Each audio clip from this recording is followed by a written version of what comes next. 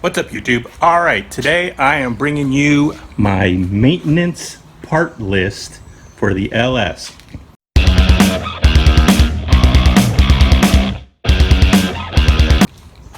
This is all the things I'm going to do for the LS engine for maintenance.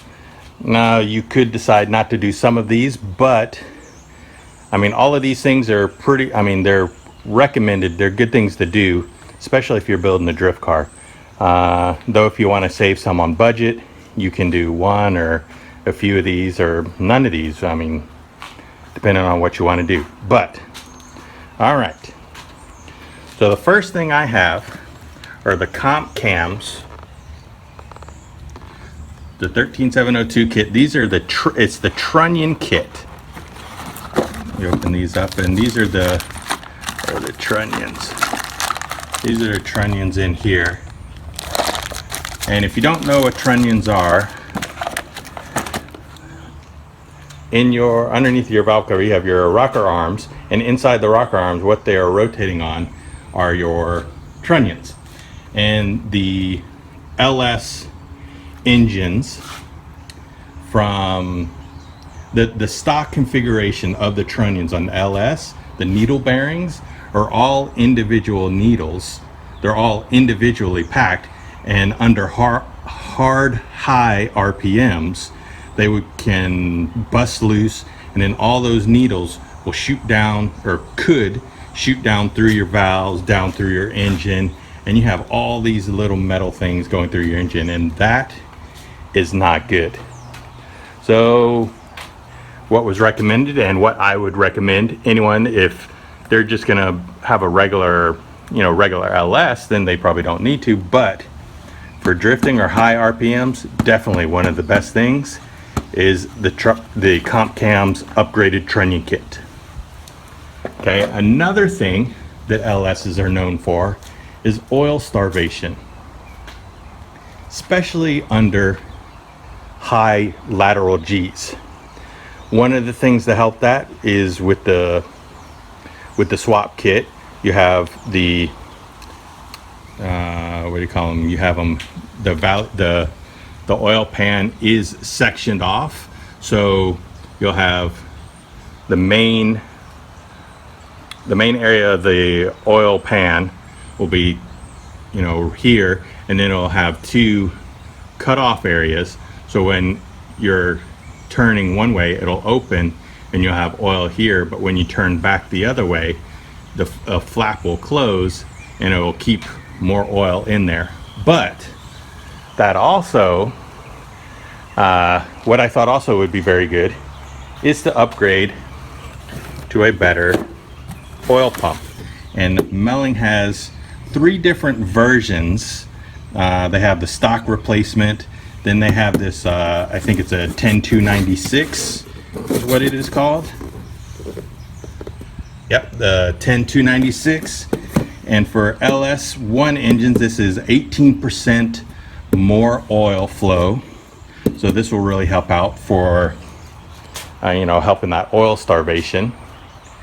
And then another thing that is, I don't know if it's recommended, but what happens with a lot of them when you're under high RPMs as well, is the Harmonic Balancer, the rubber inside starts to loosen, and then you'll get Harmonic Balancer wobble. And with that wobble, of course, then your engine, starts to wobble, and you feel it in the car, and it's like wobble, wobble, wobble. And well, to avoid that, I got a Summit. Let me see what this is. This is the Summit 2500 SFI rated harmonic balancer.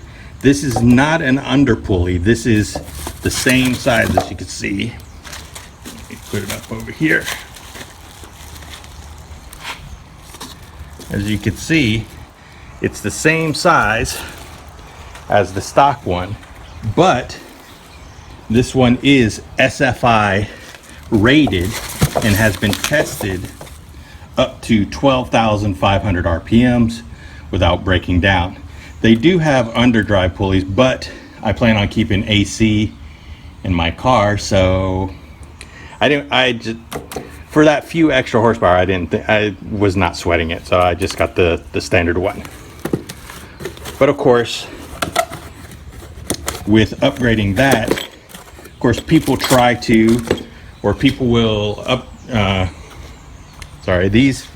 these bolts, the Harmonic Balancer bolt and the head bolts are called torque to yield, if you don't know. And these are supposed to be one-time use. Basically, when you torque them down, the threads stretch, and of course when you pull them back out, they're stretched, and when you torque them back down, it's possible that they'll have an easier time backing out. So I got an ARP head bolt. This is a reusable bolt. I got the 234-2503. 234-2503. And one of the big differences, other than being reusable and better material, the head bolt is a 6-sided, and the ARP is a 12-sided. And so we'll use one of those. All right. With that, also, because the engine's out, I mean, how could you not upgrade the rear main seal? And of course, then you have the rear cover gaskets. And that's what these fel-pros are. One is the rear main seal with the front, the rear cover gasket, and one is the front. The front main seal and front cover also comes with water pump. Oh crap, I don't have that out here either. It comes out with water pump gaskets as well. Sorry, I had to go back into the house. I forgot to pull this one out. I also got a stock, you see it has the gaskets as well. I got a stock replacement water pump. Has the pulley and everything on it. I did not get another thermostat yet. I'll probably just go ahead and get a new one of those since I got a new one of these. The reason why I got this is because once I get the engine put together, the oil pump, it's gonna have all this stuff already together, and this would be a pain to take off. I mean, if the alternator goes bad, I mean, I'll take off the serpentine belt and I could drop that off easy. But the water pump, I figured, you know, might as well go ahead and do it. This has, I think, like 130,000 or 110,000 miles on it. Engine when I bought it, as well, because of how difficult the starters are to get to, I was going to replace this one also, but it actually doesn't look too bad, and so I'm going to give it a try. I'm going to take a chance. I think it'll be, I'm hoping that it'll be fine. I don't think it's the original, but well, if it is, we'll have to, you know, take off the header and push up the engine and get it. Sorry about that. Get a new one on there. I also have not decided if I want to try to get new spark plugs. I will get new spark plugs. I have not decided if I want to get new spark plug wires yet.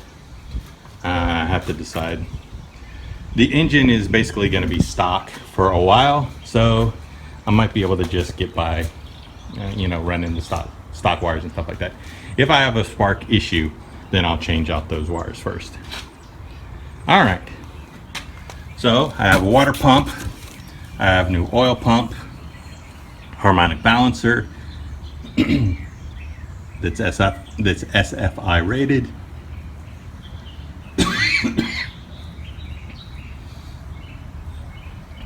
I have an ARP Harmonic Balancer bolt. I have the Trunnion Kit. And while I'm at it, while the transmission is out, I went ahead and got a new slave cylinder. It'll be much easier to deal with, because I mean, if there was a slave cylinder issue, it would be a real pain in the butt to have to pull it back out and stuff like that. So I got a new slave cylinder, and I could go ahead and put the quick release and the stuff from the swap kit on there. I could do as well. With that with that as well, I went ahead and picked up, for a couple $100, it's $250, I got a slightly used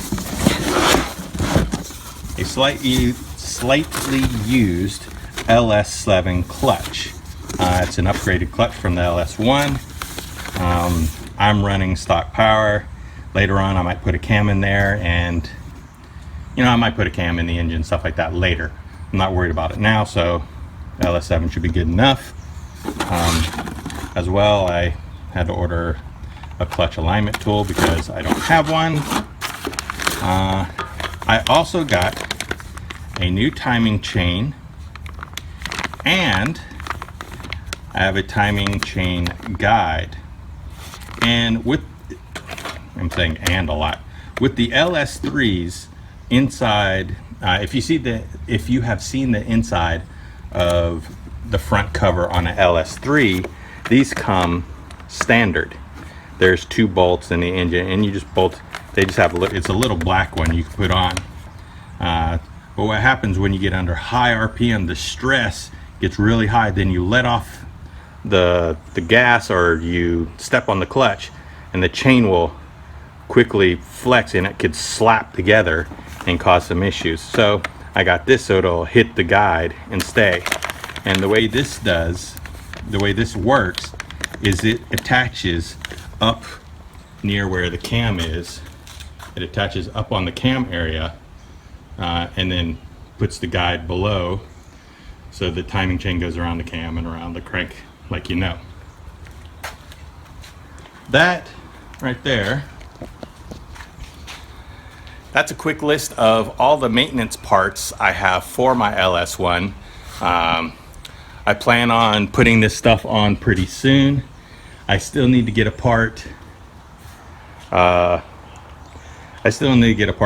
coil packs, need to take off the exhaust manifolds, need to get all of the front accessories off, and I need to start prepping for the swap kit. All right, there's more coming soon. Stay tuned. Comment, like, subscribe. Peace.